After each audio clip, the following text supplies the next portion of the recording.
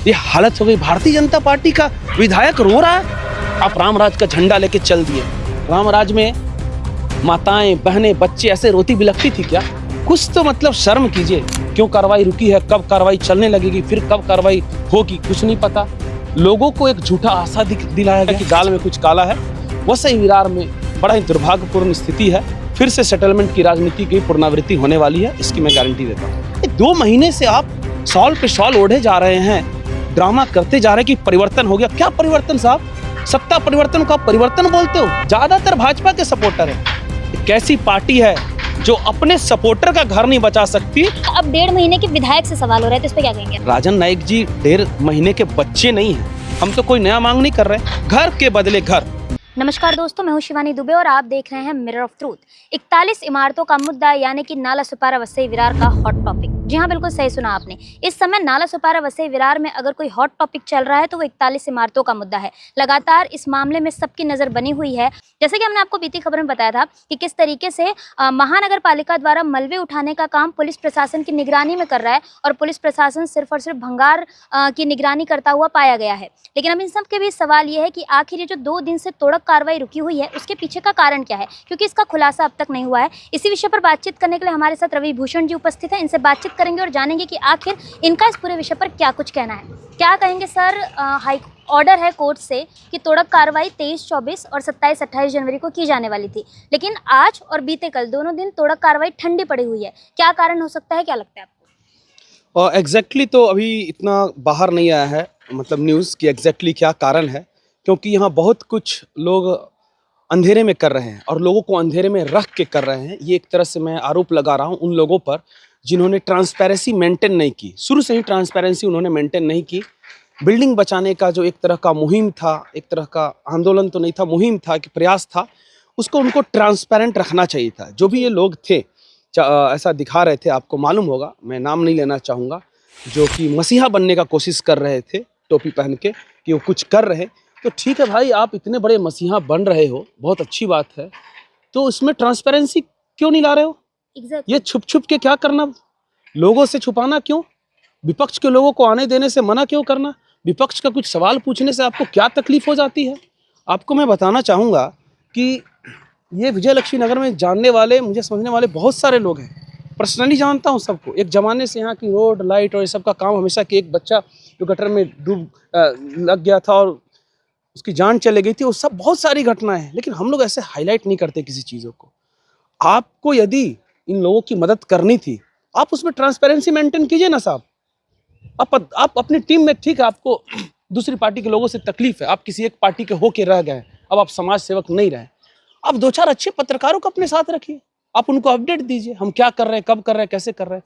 अभी तो आप रात के अंधेरे में कौन कौन सा तीर चला रहे हैं और क्यों चला रहे हैं तो ईश्वर ही जानता है। क्यों कार्रवाई रुकी है, कब कार्रवाई चलने लगेगी, फिर कब कार्रवाई होगी, कुछ नहीं पता।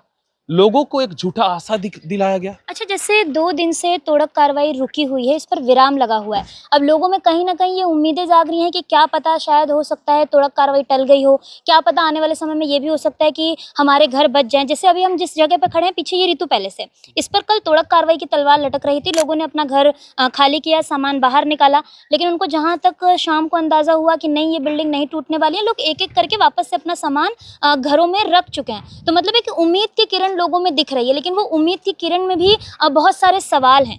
तो क्या लगता है इसके पीछे का कारण क्या हो सकता है? जिस तरीके से कागजी पत्र रातों रात तैयार किए गए, खंगाले जा रहे थे, टेबलें लगी हुई थी, 2 दिन पहले ही वीडियो सामने आया था, तो ये एकदम लास्ट मोमेंट पे जब तलवार लटकी तब कागजी पत्र खंगालना और साथ ही साथ ऐसे लोगों को उम्मीद देना कितना जायज़ है?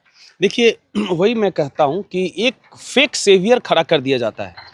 एक इनकी प्लानिंग का हिस्सा होता है कि जब कोई बड़ा करप्शन का आर्किटेक्ट बनाना है, कोई बड़ा करप्शन करना है, तो ये लोग क्या करते हैं, एक फेक सेवियर खड़ा कर देते हैं। फेक सेवियर कहने का मतलब ये है कि एक ऐसा आदमी सामने आ जाएगा, ऐसे ग्रुप सामने आ जाएंगे कि जो नौटंकी तो पूरा करेगा कि मैं आपके लिए कुछ कर रहा हूँ, आपकी मदद करने वाला हूँ, लेकिन एक्चुअली में वो मदद करने की नौटंकी कर रहे होते हैं, एक्चुअली काम नहीं करते। आपका जो विधानसभा का इलेक्शन होने वाला था, उसके पहले से ही ये कोई नई बात नहीं है, कब से लोगों को नोटिस आ रही हैं। और आपके यहाँ पे नगर सेवक थे, सब कुछ थे, आपके नगर सेवक यहाँ पे पोस्टर लगाया करते थे। मैंने पोस्टर देखा है, नाम नहीं लेना चाहूँगा, नगर सेवक यहाँ पोस्टर लगते थे। बेशर्मी की हद होती है। और आज आप नौटंकी कर रहे हैं, आपको कुछ मालूम नहीं था, इतना देर से आप कुछ भी कर रहे हैं और ड्रामा बता रहे हैं। आप जानबूझ के यहाँ का एक मुहिम है, जो आंदोलन है ना, उसको एक हाईजैक करके रखे हुए। जब कोई और आदमी आता है, 2 सवाल पूछता है। मैंने सिर्फ इतना एक सवाल पूछ दिया कि भाई ये जो रात के अंधेरे में ये जो लोग अपना डॉक्यूमेंट दे रहे हैं, उनको एक बोलते हैं ना, रिसीविंग दोगे कि नहीं दोगे? थाने में हम कुछ देते हैं, एक रिसीविंग होता है। मैं आपसे कुछ कागज मांगू, कॉलेज में भी कुछ देते हैं, रिसीविंग एक होता है। भाई एक रिसीविंग लीजिए। इस बात पे इतने भड़क गए इनके लोग, इतने घबरा गए, इतने डर गए, उसी से मुझे शक हो गया कि दाल में कुछ काला है। वसई विरार में बड़ा ही दुर्भाग्यपूर्ण स्थिति है। फिर से सेटलमेंट की राजनीति की पुनरावृत्ति होने वाली है, इसकी मैं गारंटी देता हूँ। अच्छा, आपको क्या लगता है कि ये जो पूरा 41 इमारतों का मुद्दा है, इसमें कहीं ना कहीं राजनीति की जा रही है? क्योंकि जिस तरीके से सत्ताधारी पार्टी सामने आ रही है, वो पूर्व सत्ताधारी पार्टी के ऊपर एलिगेशंस भी लगा रही है। लेकिन जब इलेक्शन चल रहा था, तब उन्होंने ये कहा था कि भूतकाल की बातों को भूतकाल में ही छोड़ देना चाहिए, अभी हम भविष्य पर ध्यान देंगे। लेकिन आज जब तोड़क कार्रवाई की तलवार यहाँ पर लटकी हुई है, तो उनका ये कहना है कि जिसने ये निर्माण कराया, आप जाके उनसे सवाल करो, ना कि हमसे सवाल करो। तो आपको क्या लगता है कि इस पूरे विषय में कहीं ना कहीं राजकारण और राजनीति ज्यादा की जा रही है, लोगों के कंधों पर बंदूक रख के चलाई जा रही है? देखिए, पहली बात है कि भारतीय जनता पार्टी के अंदर सेवा की भावना खत्म हो चुकी है। सेवा की भावना से वो राजनीति नहीं करती, पॉइंट 1। दूसरा पॉइंट कि राजन नाईक जी और आपके 2-3 और छुटभइये नेता जो हैं, क्या जरूरत था गरीबों को झूठी आशा दिखाने की? इनको आप झूठी आशा दिखाएं कि चाबी लेके ही गृह प्रवेश करेंगे, और बेचारे गरीब लोग आपके साथ गलत किया है। आपने अपनी राजनीति चमकाने के लिए इनका इस्तेमाल किया, इसलिए बार बार राजन नाईक जी का नाम आ रहा है। किसी को शौक नहीं है राजन नाईक जी को बदनाम करने का। आप नए नेता हैं, परिवर्तन का झंडा लेके चले हैं, और दूर दूर तक परिवर्तन कुछ नहीं दिख रहा है।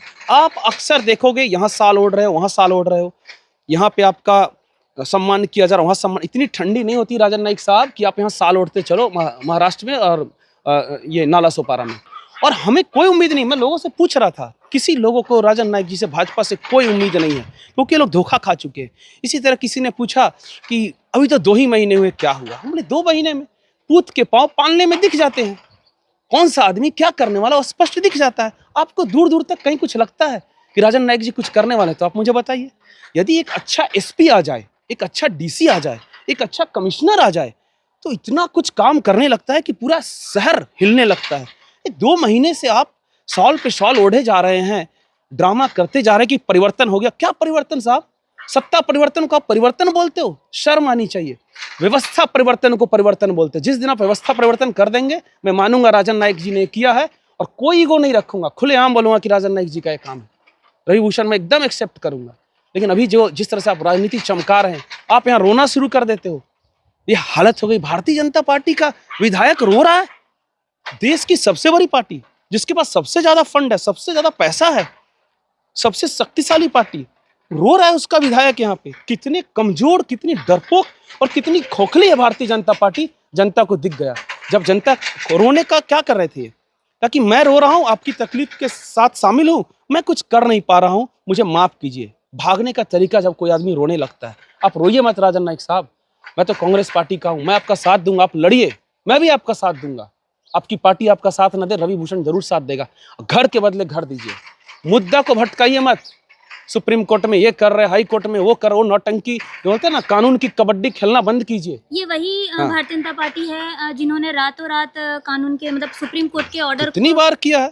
ये वो भारतीय जनता पार्टी है जो सुप्रीम कोर्ट जब कोई डिसीजन ले लेती है तो अध्यादेश लाती है और रातों रात उसको बदल देती है। एक बार नहीं किया है। दिल्ली में बोला सुप्रीम कोर्ट ने कि नहीं, Delhi government is the prime authority, वो सब कुछ करेगा, फटक से अध्यादेश लाए, गवर्नर को दे दिया इन्होंने। तो ये भारतीय जनता पार्टी है। तो ये अध्यादेश का इस्तेमाल पर्सनल यूज के लिए करेगी। आप लाइए ना। आप किस बात का रोना रो रहे हैं? खासदार साहब आ रहे हैं, वो भी एक ही लाइन पे चल रहे हैं। कुछ नहीं किया जा सकता, महानगर पालिका के पास प्रोविजन नहीं है। आमदार भी वही बोल रहा है, अपने अनिल कुमार पवार भी वही बोल रहे हैं। अरे साहब, पूर्ण बहुमत की आपकी सरकार है महाराष्ट्र में। आप महानगर पालिका के कानून में बदलाव करना आपकी चुटकियों का खेल है, और आप करोगे बदलाव, और हम लोग भी यही है देखेंगे। और उस समय यहाँ की जनता को मैं बताऊंगा कि किस तरह से आपने महानगर पालिका में कानून में बदलाव किया। जनता के लिए नहीं करेंगे आप, बिल्डरों के लिए करेंगे, अपने यारों के लिए करेंगे, और आप करोगे। यही भाजपा का लक्षण है, यही 10 साल से मैं देखते आया हूँ। तो अभी भी आप कीजिए ना साहब। यहीं पे एक मंदिर खोल दिया जाएगा राजन नाईक जी के नाम का, भारतीय जनता पार्टी का मंदिर यहीं एक बना दिया जाएगा एक कोना में। आप करिए तो साहब। आप रामराज का झंडा लेके चल दिए। रामराज में माताएं, बहनें, बच्चे ऐसे रोती बिलखती थी क्या? कुछ तो मतलब शर्म कीजिए। आप प्रभु श्री राम के नाम की राजनीति करते हो। राम बहुत अच्छी बात है, प्रभु श्री राम के जो बताए हुए रास्ते हैं, 2-4 कदम चलिए, हिम्मत रखिए, ऐसी कुछ बात नहीं है। सिर्फ दिखावा मत करिए। सिर्फ दिखावा का आप राजनीतिक इस्तेमाल कर रहे हैं। अभी उस दिन एक बच्चा जा रहा था, उसके टी शर्ट पे अभी भी लिखा हुआ है, क्योंकि उसके पास पहनने के लिए कपड़े नहीं, इसलिए वो टी शर्ट पहना है। इधर लिखा हुआ है बटेंगे तो कटेंगे, एक है तो सेफ है।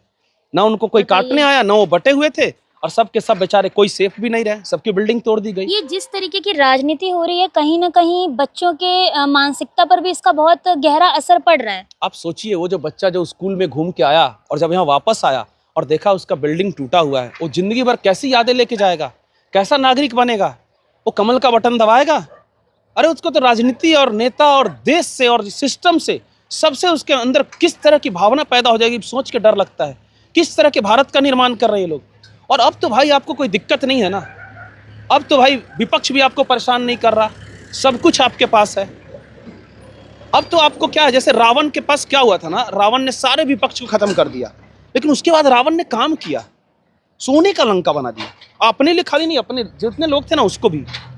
तो ये लोग का तो कोई भी पक्ष नहीं है, ये लोग भी अब रावण का रूप धारण करेंगे, लेकिन ये गरीब को मरने देंगे। और इनके अंबानी अडानी, जो इनके बड़े उद्योगपति आ रहे हैं, जिनके साथ चिपके रहेंगे, उनका सोने की लंका तैयार कर देंगे, गरीबों के लिए कुछ नहीं करेंगे। अच्छा, मतलब कुल मिलाकर आपको ये लगता है कि कहीं ना कहीं इस विजय लक्ष्मी नगर में सोने की लंका तैयार करने की तैयारी चल रही है, जिसकी वजह से गरीबों को बेघर किया जा रहा है? बिल्कुल, देखिए इतनी ईमानदारी और इतने कर्तव्य निष्ठा के साथ जब ये काम हो रही है, ठीक है, सुप्रीम कोर्ट, हाई कोर्ट और कानून का ऑर्डर का पालन किया जा रहा, बहुत अच्छी बात है। लेकिन साहब, कितनी तीव्रता से आपने अध्यादेश लाके, कितनी तीव्रता से आपने सुप्रीम कोर्ट के ऑर्डर का आपने मतलब ऐसी की तैसी कर दी है, वो देश की एक एक जनता जानता है, इसमें कुछ नया नहीं है।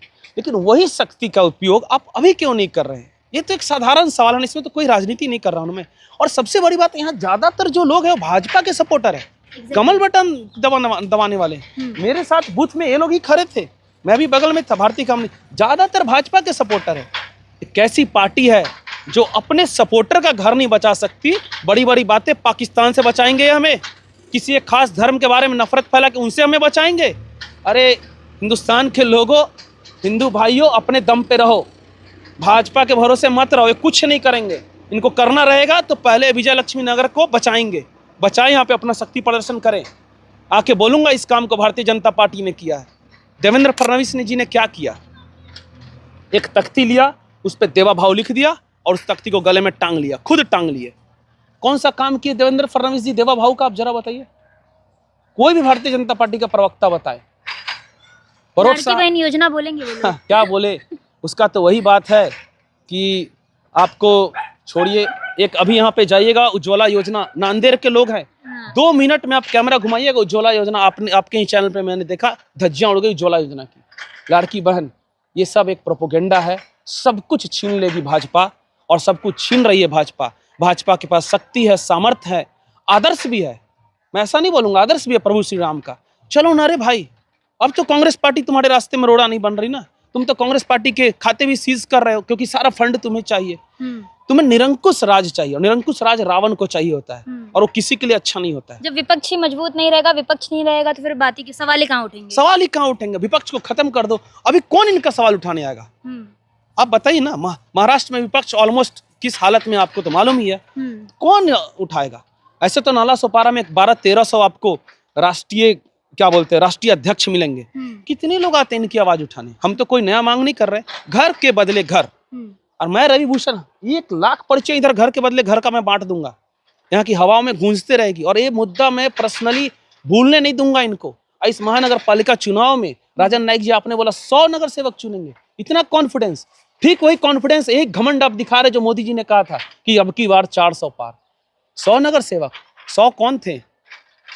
कौरव 100 थे, उस 100 नंबर से हमने भी वही पकड़ लिया है आपको। आइए आप इस महानगर पालिका चुनाव में देखेंगे, यदि आपके अंदर सेवा की भावना होती तो हमें भी लड़ने में मजा आता, सम्मान करते, दुश्मनों का भी सम्मान किया जाता। आप हार जाइए ना, आपका अच्छे आदर्श, हम हार जाएंगे ना, आपको कोई दिक्कत नहीं। हम तो कांग्रेस के हारे हुए लोग हैं, हम तो परेशान और बेचैन नहीं है भाई। आपको झूठ मूठ का बदनाम नहीं कर रहे ना, आपके रास्ते में रोड़ा नहीं लगा रहे हैं, झंडा नहीं गाड़ रहे हैं। पर सब ये कह रहे हैं कि 1.5 महीने का आया विधायक क्या करेगा? लगातार मतलब जब खबरें आ रही हैं विधायक को इस पूरे मामले में शामिल किया जा रहा है, उनसे सवाल किया जा रहा है, तो उनका कहना है कि 35 साल से जिसके साम्राज्य में पूरा निर्माण बनकर तैयार हुआ, उनसे सवाल अब नहीं हो रहा है, अब 1.5 महीने के विधायक से सवाल हो रहा है। तो इस पर क्या कहेंगे आप? 2 पॉइंट बात है। कि ये विधायक 1.5 महीने के हैं। राजन नाईक जी 1.5 महीने के बच्चे नहीं हैं। इसके पहले भी वो वसई में ही रहते थे ना, यहाँ का विपक्ष को संभाले हुए थे ना। कौन सा एक्शन लिए राजन नाईक जी, जरा जनता को बता दीजिए अगले भाषण में, 100 लौटने से पहले बता दीजिए, मैं भी सुन लूंगा, मुझे भी जवाब मिल जाएगा। आप इतने दिन से यहाँ के प्रमुख विपक्ष से भारतीय जनता पार्टी, आपके पास फंड है, लोग हैं, वकील है, सब कुछ तो आपके पास ही है, क्या किया आपने? और पॉइंट नंबर 2 वही है, पूत के पांव पालने में दिख जाते हैं। 1.5 महीने में क्या हो सकता है, छोड़िए, भगवान ना करे मेरे पास ये शक्ति मिल जाए। 1.5 दिन में क्या हो सकता है मैं दिखा दूं, 1.5 दिन में क्या हो सकता है। एक बात आपको बताता हूं, एकनाथ शिंदे जी नगर विकास मंत्रालय पे कुंडली मार के किस जमाने से बैठे हुए हैं आपको भी नहीं याद है, मुझे भी नहीं याद है।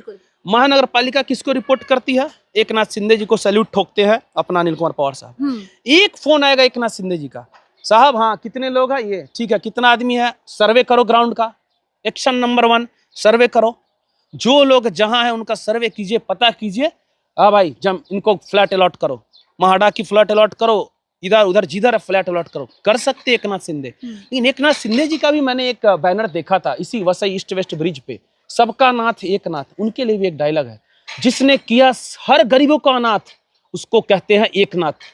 बड़ा आरोप लगा रहे हैं, बड़ा आरोप लगा रहे हैं, जिसने किया। देखिए, यदि आप द्रौपदी का चीरहरण होते हुए देख रहे हैं तो आपकी भी तो गलती है ना साहब। तो एकनाथ शिंदे जी, आपके पास ये न्यूज नहीं जा रहा, आप हमारे लोकल पत्रकारों का न्यूज नहीं, आपको नहीं मालूम है कितने लोग बेघर हो रहे हैं और भारतीय जनता पार्टी के आपके गठबंधन के लोग हैं। अच्छा, जिस तरीके से आरक्षित जमीन पर भूमाफियाओं ने कब्जा करके इस पूरे अवैध निर्माण को अंजाम दिया, यहाँ पर 41 बिल्डिंगें बनकर तैयार हुई, आप कह रहे हैं कि सरकार ऐसा कोई प्रोविजन लेके आए जिन्हें इन्हें घर के बदले में घर मिले। लेकिन अगर हम नाला सुपारा वसई विरार की बात करें तो ऐसी कई सारी आरक्षित जमीन है, सरकारी जमीन है, जिस पर अवैध निर्माण बनकर तैयार हैं, लोग रह रहे हैं। तो सरकार अगर अवैध निर्माणों पर, मतलब आरक्षित जमीनों पर बने अवैध निर्माण में रहने वाले लोगों को घर देने लग गई, तो ऐसे तो नाला सुपारा वसई विरार में कितने लोग हैं, सरकार कहाँ तक घर देगी? देखिए, इसमें 2 पॉइंट है। पहला कि ये लोग जब आप कमल का बटन दबाते हैं और एकनाथ शिंदे सेना का बटन दबाते हैं तो ये लोग बहुत अच्छे हैं, और इनको रहने की व्यवस्था के लिए फिर आप कहाँ जाएंगे, किसके पास जाएंगे? इनके पास ही जाएंगे ना, जिनका उन्होंने बटन दबाया है।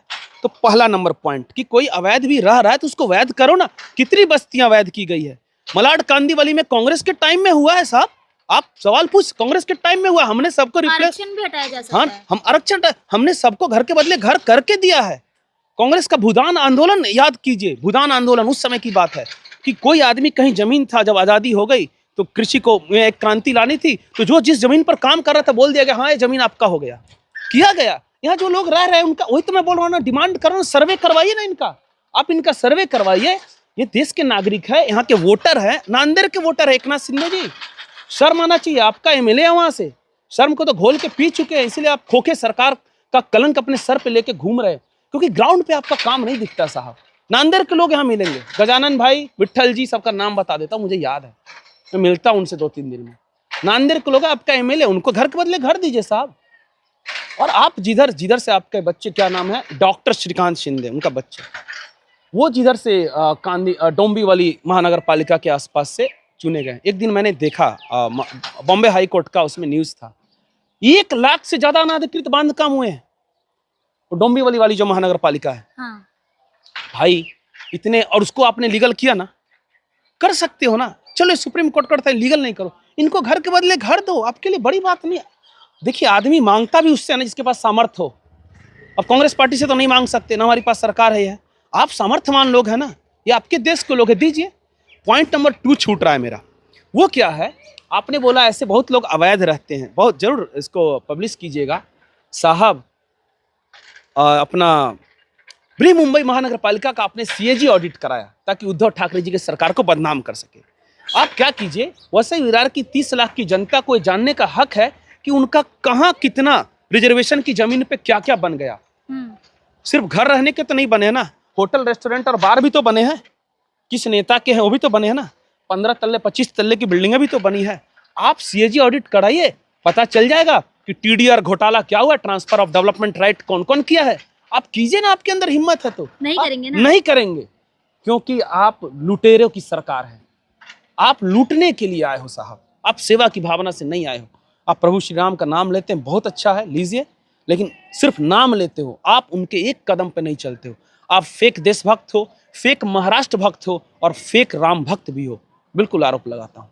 और ऐसे क्योंकि आपके कार्य में नहीं दिखता, बहुत निराशा होती है। अच्छा, हम यहाँ की जनता के लिए क्या कर सकते हैं? जिस तरीके से सुप्रीम कोर्ट का ऑर्डर है, आप खुद कह रहे हैं सरकार चाहे तो बदलाव ला सकती है, राजनीति चल रही है, बदलाव आएगा नहीं आएगा वो बाद की बात है, लेकिन अगर प्राथमिक दृष्टिकोण से देखें तो यहाँ की जनता के लिए क्या कुछ किया जा सकता है? देखो विजय लक्ष्मी नगर के वासियों, हाथ जोड़ के रिक्वेस्ट करता हूँ, मेरे भाइयों, किसी पे भरोसा मत करो। सबसे पहली पॉइंट बात। नंबर 1, कोई नेता पेता को नाम लेता मत भरोसा करो। मैं भी लिंक रोड पे रहता हूँ, आपके पास एज ए सिटीजन, आपका पड़ोसी हूँ इसलिए आता हूँ।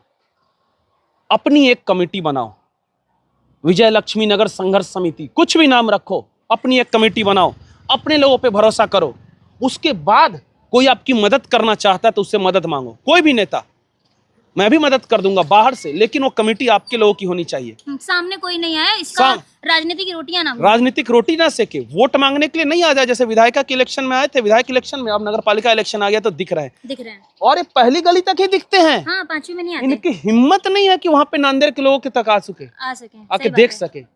ऐसी है बीजेपी, आते हैं पहले नंबर में, एक्सपोज हो गई बीजेपी मैडम, एक्सपोज कर दिया इन गरीबों ने। और सुनिए, पहला रीजन यार कि अपने कमेटी बनाओ, विजय लक्ष्मी संघर्ष समिति, और करो। मैं बाहर से कमिटमेंट करता हूं, क्या सपोर्ट कर दूंगा आपको, एक जेरोक्स का भी खर्चा नहीं होने दूंगा। इतना खर्चा मैं चंदा वंदा करके इकट्ठा कर दूंगा। आपको वकील का खर्चा नहीं होने दूंगा, वो भी मैं कर दूंगा, लेकिन आपको खुद लड़ना पड़ेगा अपने लिए। किसी नेता का सहारा ना ले। नेता दलाल आजकल हो गए हैं, दलालों का सहारा नहीं चलेगा। और उम्मीदों की दलाली करते हाँ, हैं उम्मीदों की दलाली। और प्रभु श्री कृष्ण ने स्पष्ट कहा है, वीर भोग्य वसुंधरा, जो वीर है, जो हिम्मत करेगा, वो इस वसुंधरा को भोग पाएगा। आप डर के भाग गए तो निकल लिए आप तो। जो अपने अधिकार को नहीं मांगेगा उसको नहीं बोलेगा, वो हिम्मत आपको ही दिखाना पड़ेगा। विजय लक्ष्मी नगर के लोगों, 5, 10, 20 लोगों की कमेटी बनाओ, ऐसे लोग जो टूटे नहीं, बिके नहीं। भले तुम तब तक टेम्पोररी सुप्रीम कोर्ट का ऑर्डर कहीं और शिफ्ट हो जाओ, लड़ना मत छोड़ो, 5 साल लड़ो, 10 साल लड़ो। वकीलों की ऐसे वॉलंटियर अच्छे, ये धरती वीरों से खाली नहीं हुई है अभी। बीजेपी को ऐसा लगता है कि कोई नहीं आएगा, बहुत सारे ऐसे लोग हैं, इससे सब कुछ छीन लो, कुछ फर्क नहीं पड़ता अपने को। मैं भी पॉलिटिक्स में इसलिए कुछ नहीं चाहिए मुझे, 0 एक्सपेक्टेशन। तो अच्छे वकील मिलेंगे, एक्टिविस्ट वकील मिलेंगे, और बैंड बजा देंगे इनका, बैंड बजा देंगे, और घर के बदले घर लेंगे। यहाँ घर ना मिले, जहां मिले, लेकिन घर के बदले घर लीजिए, वो आपका हक है। वो लड़ाई लड़ी, आपके हिस्से की लड़ाई आपको ही लड़नी पड़ेगी। अच्छा, आखिरी सवाल भूषण जी, कि क्या लगता है 31 तारीख तक महानगर पालिका ने कोर्ट में ये कहा है कि हम पूरे इलाके को मैदान में तब्दील कर देंगे, यहाँ पर बुलडोजर चल जाएगा, तो ऐसे में क्या लगता है, तोड़क कार्रवाई होगी आपकी, मतलब आपको क्या लगता है? देखिए, ये एक तरह का ऐसा सवाल है जिसका जवाब फ्यूचर में ही है, क्या हो सकता है, क्योंकि इन लोगों ने खुद भी बहुत कुछ अंधकार में रखा हो। आज ये लोग कहाँ मीटिंग कर रहे होंगे, किसके साथ कर रहे होंगे। यदि ये कोई प्रयास कर रही है भारतीय जनता पार्टी, सार्वजनिक क्यों नहीं कर रही? हाँ, तो उस पर मैं तो इसीलिए बोला ना, आप कुछ देख दो विश्वसनीय पत्रकार को अपनी कमेटी में रख लेते, ताकि वो पत्रकार ही, हम जैसे लोग आरोप लगा रहे, हमारी बातों का खंडन कर देता कि भाई कुछ काम हो रहा है, कुछ हो सकता है, कुछ कॉन्क्रीट हो सकता है, प्रयास किया जा रहा है। लेकिन बात यह है, आप कभी बोल रहे कि बच्चों का एग्जाम चल रहा है, स्टे ले लेते हैं। अब भाई स्टे कोई सोल्यूशन होता है क्या? अब एग्जाम पे भी राजनीति चालू है। नहीं, अब बच्चों का, अब स्टे कितना स्टे लोगे? स्टे का मतलब होता है कि इस काम को टेम्पोररी आप रोक रहे हो, तो आप मेन मुद्दा से भाग रहे हैं। आप मेरी तकलीफ समझिए, मेन मुद्दे से भाग। मेन मुद्दा ये है कि आप यहाँ के लोगों का लिस्ट बनाइए साहब, इनको रजिस्टर कीजिए, और इनको घर कहाँ दोगे, कब दोगे, वो बता दीजिए, उसका अनाउंसमेंट कर दीजिए। और ये बिल्डिंगें जब बनकर तैयार हो रही थी, जब इन बिल्डिंगों पर स्टे आया, तब ये बिल्डिंगें निर्माणाधीन स्थिति में थी, यथा स्थिति में रहनी चाहिए थी, बननी नहीं चाहिए थी। स्टे था तब भी ये बिल्डिंगें बनकर तैयार हुई, तो क्या ये स्टे बड़ा लाभकारी इन लोग के लिए साबित हो सकता है अगर ये लोग लेके आए तो? नहीं, देखिए, ऐसा नहीं कि जब बिल्डिंगें बन रही थी ना, तब यहाँ के बहुत सारे एक्टिविस्ट लोगों ने बड़ी ईमानदारी के साथ इसका विरोध किया था। हरित क्रांति वाले लोग भी थे उसमें। क्योंकि वो बेचारे जानते थे कि जो पाप उप का किया हुआ चीज है ना, एक दिन यही हालत होती है, तो उनको मालूम था। तो ये स्टे का जो ड्रामा है, ये बेकार है। इनको क्या है, घर के बदले घर मिले, वो सबसे इम्पोर्टेंट है। और सबसे बड़ी बात, एक और मुद्दा ले आता हूँ कि ये जो विवांता होटल का थोड़ा अलग मुद्दा है। विवांता होटल में अपना विनोद तावड़े जी इतना पैसा लिए हुए, फोटो में दिख रहा है, जो दिख रहा है वही है। तो क्या हुआ भाई उस जांच का? कोई बीजेपी का प्रवक्ता कुछ बताएगा, या महाराष्ट्र प्रशासन का कोई पुलिस विभाग इस बात की जानकारी देगा क्या हुआ उस जांच का? क्यों पूछ रहा हूं कि भाई आपके पास इतना पैसा बांटने के लिए है, और यहाँ के गरीब जनता को आपने क्या दिया जी? गरीब जनता को टेम्पोररी हेल्प करने के लिए आपके पास 1 रुपया नहीं है। भारतीय जनता पार्टी कुछ गलत सवाल उठा रहा हूं तो कुछ बताना, एक चद्दर, एक मच्छरदानी, एक कंबल, कुछ नहीं आपको देने के लिए। विनोद तावड़े जी किस मुंह से ये लोग, देखिए मैं वही बोल रहा हूँ ना, धर्म का राजनीति का लोग इस्तेमाल करते हैं। कोई खतरा में नहीं है। एक हिंदू अपने आप में ना इतना सबल है। हम लोग भगवान परशुराम को मानने वाले लोग हैं। भगवान परशुराम अकेले चलते थे, सब सर्वनाश कर जाते थे। जिस दिन कोई दुष्ट आएगा, हमारी माताओं बहनों पे नजर डालेगा, सबका सर्वनाश कर देंगे। एक्सपोज राजन नायक जी, और आप एक्सपोज हो जाएंगे। मैं ज्यादा बोलूंगा तो आपके आसपास जो महिलाएं बीजेपी की सपोर्टर है, हमारे साथ भी बैठती है, हम जानते हैं उनका, हमारी पड़ोसी है, मिली थी मेरे से, उससे मैं बहुत आक्रोशित हो जाता हूँ। उस रात में मैं वो वीडियो देख रहा था, क्या किया था बहुजन विकास अघाड़ी के उन गुंडों भेड़ियों ने, मुझे पूरी अच्छी तरह मालूम है। धक्के मारे जा रहे थे उन महिलाओं के, धक्के मारे जा रहे थे, कहां कहां टच किया था। क्या हुआ उस मुद्दे का? न्याय मिल गया उन महिलाओं को? आपकी सत्ता आ गई, बात खत्म हो गई। रवि भूषण के पास वो ताकत, हाँ, रवि भूषण के पास वो ताकत होता ना, जिन्होंने हमारी माताओं बहनों पे हाथ रखा, उसके घर में रैपिड एक्शन फोर्स के घुसेड़ के उनकी औकात दिखा देता मैं, कि जिंदगी भर अगले 10 साल तक ऐसी हरकत न करते। सत्ता के नशे में नंगा नाच शक्ति का नहीं करना चाहिए था। क्या हुआ उस केस का? और बाद में दोनों बीवी और बीजेपी के लोग नौटंकी करने के लिए बैठ गए कि अब प्रेस कॉन्फ्रेंस करते हैं। और ऊपर से उस समय तो आचार संहिता लागू था, प्रेस कॉन्फ्रेंस आप नहीं कर पाए। अब कीजिए ना साहब प्रेस कॉन्फ्रेंस। हमारी माताओं बहनों को आपने क्या सुरक्षा प्रदान की? सवाल नंबर 1। यहाँ इन लोगों को कब घर देंगे? सवाल नंबर 2। प्रेस कॉन्फ्रेंस कब करेंगे? सवाल नंबर 3। धन्यवाद। धन्यवाद भूषण जी। कुल मिलाकर दोस्तों यहाँ पर साफ तौर पर एक चीज़ देखी जा रही है कि जब चुनाव चल रहे थे तब परिवर्तन की लहर चल रही थी। परिवर्तन आने के इतने ज़्यादा फायदे, इतने तेज फायदे गिनाए गए थे, उतना तेज फायदा बुखार में पैरासीटामोल खाने से भी नहीं मिलता। इतना अच्छा असर बताया गया था। लेकिन वर्तमान समय में स्थिति यही है कि कहीं ना कहीं भारतीय जनता पार्टी की सरकार में, यहाँ की वर्तमान सत्ताधारी पार्टी के अंदर कई सारे लोग बेघर हो रहे हैं और इन्हें अभी फिलहाल घर के बदले में घर भी नहीं मिल रहा है और लगातार विजय लक्ष्मी नगर में तोड़क कार्रवाई की तलवार लटकी हुई है। बहरहाल दोस्तों, आज की वीडियो में इतना ही। मैं शिवानी दुबे फिर मिलूंगी आपसे अगली खबर में। तब तक देखते रहें मिरर ऑफ ट्रूथ, क्योंकि हम दिखाते हैं सच का आईना।